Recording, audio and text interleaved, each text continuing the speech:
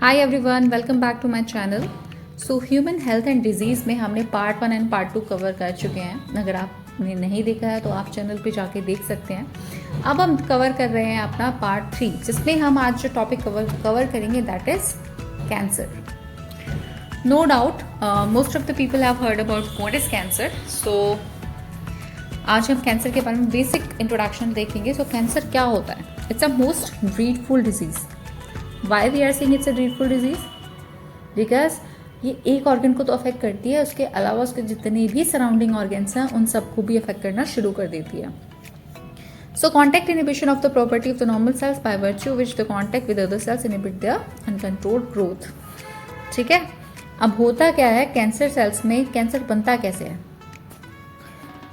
Cell divide करते हैं, this is the natural phenomenon of our body. ठीक है, लेकिन अगर जो सेल्स का जो अनकंट्रोल्ड ग्रोथ है, इट मीन्स कि जो डिवाइड हो रही हैं सेल्स वो अनकंट्रोल्ड हो जाए अगर वो चीज़, तो उससे क्या होता है, एक टिश्यू फॉर्मेशन होता है जिसमें मल्टीपल सेल्स होते हैं एंड वो क्या होता है, एक ट्यूमर की शेप ले लेता है ट्यूमर। ठीक है, और ट्यूमर किससे बनता है? Uncontrolled growth of the cells. ठीक है, so this is results into the cancer. Cancer initially आपका दो तरह का होता है, एक होता है आपका बिनाइन ट्यूमर और एक आता होता है आपका malignant tumour. So the uncontrolled proliferation of the cells और the masses of the cell is called as tumour, right. And इसमें आपके दो हैं, benign and the malignant. Metastasis यहाँ पर एक इंपॉर्टेंट टर्म है। जब हम कैंसर की बात करते हैं तो ये टर्म आपका बहुत इंपॉर्टेंट होता है। So what is metastasis? तो ये एक ऐसा प्रोसेस है कैंसर सेल का जो क्या करता है, फैलता है डिफरेंट साइट्स पे with the help of the body fluids. ठीक है, फॉर एग्जाम्पल अगर किसी में कैंसर डिटेक्ट हुआ है पेशेंट में और वो बाकी ऑर्गन्स पे फैलना शुरू हो रहा है तो वो आपका मेटास्टेसिस में आता है। Now let's see the benign tumour and the malignant tumour. So what is benign tumor? Which is limited to the original location, मतलब कि वो फैलेगा नहीं।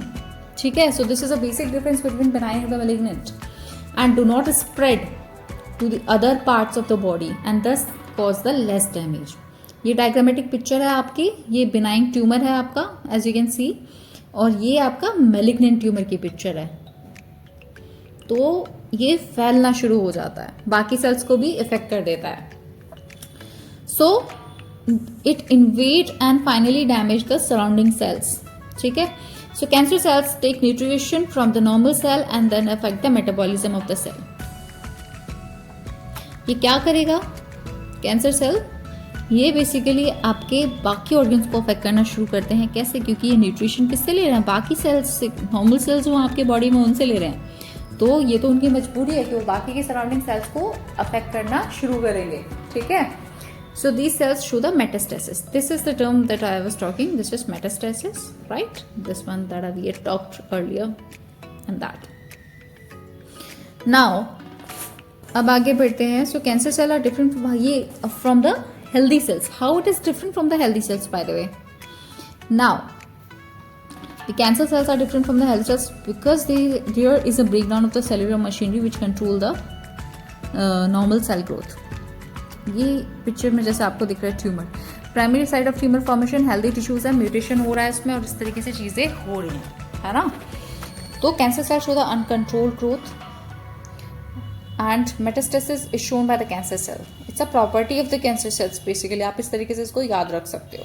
ठीक है, so what is metastasis? It's a property of the cancer cell, they separate from the tumour and travel through the body fluids and different organs in the body and from the secondary tumours. Got it? Now causes क्या होते हैं tumour के? That is a very important thing, है ना। So you should know about it.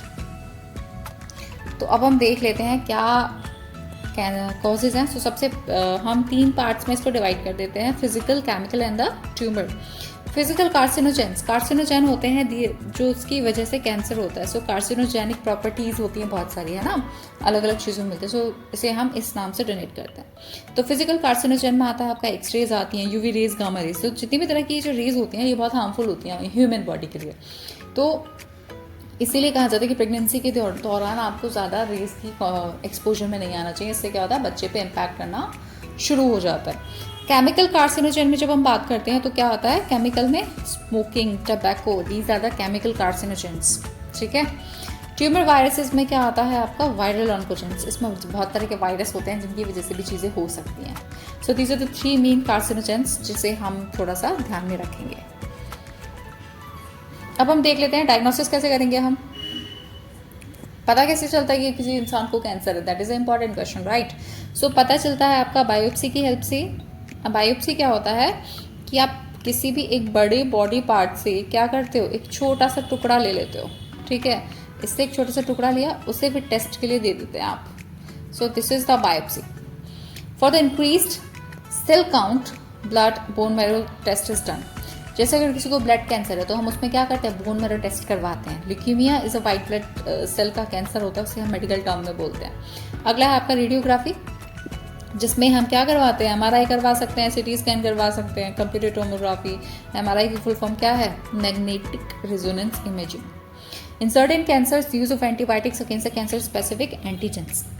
इसके अलावा हम क्या करते हैं, एंटीबॉडीज हम देख सकते हैं जो कि पर्टिकुलरली किस में मिलती है, कैंसर पेशेंट्स में जब आफ्टर मेडिसिन या उसके बाद में बनना शुरू होती है। ठीक है, तो कुछ एंटीजेंस होते हैं जो कैंसर पेशेंट्स में ही होते हैं। तो इसमें आपका जैसे ब्रेस्ट कैंसर है तो आगे अगर आप पढ़ोगे, this is breaker 1 and the breaker 2, यहाँ पे ये जो होती है ना, ये आपकी ब्रेस्ट कैंसर में देखने को मिलती है। तो इस तरीके से हम पता कर सकते हैं कि पेशेंट को डायग्नोसिस में हमें हेल्प मिलती है इससे। और हम कैसे पता कर सकते हैं, फैमिली हिस्ट्री से भी पता कर सकते हैं। So these are the few tricks and techniques that कि हम पता कर सके कि क्या करना है। ठीक है, अगला आ जाता है आपको what are the treatment of cancer. तो ट्रीटमेंट्स में हम मेजर की बात करते हैं तो क्या है, surgery, radiotherapy, chemotherapy and the immunotherapy. Surgery में क्या करते हैं, हम सर्जिकली निकाल देते हैं, उतना पार्ट रिमूव कर देते हैं, सर्जिकली रिमूव करना। ठीक है। रेडियोथेरेपी मतलब हिंदी में अगर हम बोले तो सिकाई करना। ठीक है। So the tumour cell are killed by the radiations. अलग अलग रेडिएशंस जब दी जाती हैं तो वो किल होना शुरू होते हैं, मरना शुरू हो जाते हैं। इससे क्या फायदा होता है, इससे जो सराउंडिंग सेल है वो आपके अफेक्ट नहीं होते। ठीक है। कीमोथेरेपी क्या है, केमिकल्स दिए जाते हैं पेशेंट्स को थ्रू द IV। ठीक है, to kill the cancerous cells. So इसमें क्या है, मल्टीपल ड्रग्स दिए जाते हैं पेशेंट को, लेकिन इसमें साइड इफेक्ट क्या आता है, एनीमिया, ब्लड की कमी होना या फिर हेयर लॉस, बालों का निकलना। अक्सर आपने देखा होगा मूवीज में जो कैंसर पेशेंट होते हैं उनके बाल निकलना शुरू हो जाते हैं, वो बाल्ड होते हैं, टकले होते हैं, गंजे होते हैं, right. So next is immunotherapy. Immunotherapy में हम क्या करते हैं, अल्फा इंटरफेरॉन एक्टिवेट करते हैं इम्यून सिस्टम के, सो दैट कि वो ट्यूमर को डिस्ट्रॉय कर सके। So these are the 4 treatment of the cancer. ठीक है, तो हमने क्या क्या पढ़ लिया,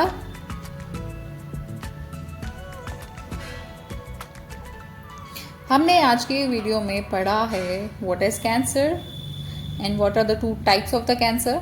ठीक है, बिनाइन है, मैलिग्नेंट है, दोनों में अंतर क्या है वो हमने देख लिया, क्या किन कारणों से होता है वो हमने देखे, किस तरीके से हम डायग्नोस कर सकते हैं इसको, और क्या हमारे पास ट्रीटमेंट्स हैं। So this was all about the cancer. If you have any doubt regarding this topic, you can ask me in the comments and please let me know if you have any doubt or the queries. Till that, thanks for the watching and see you in the next video. Thank you. Bye-bye. And most importantly, don't forget to subscribe to my channel.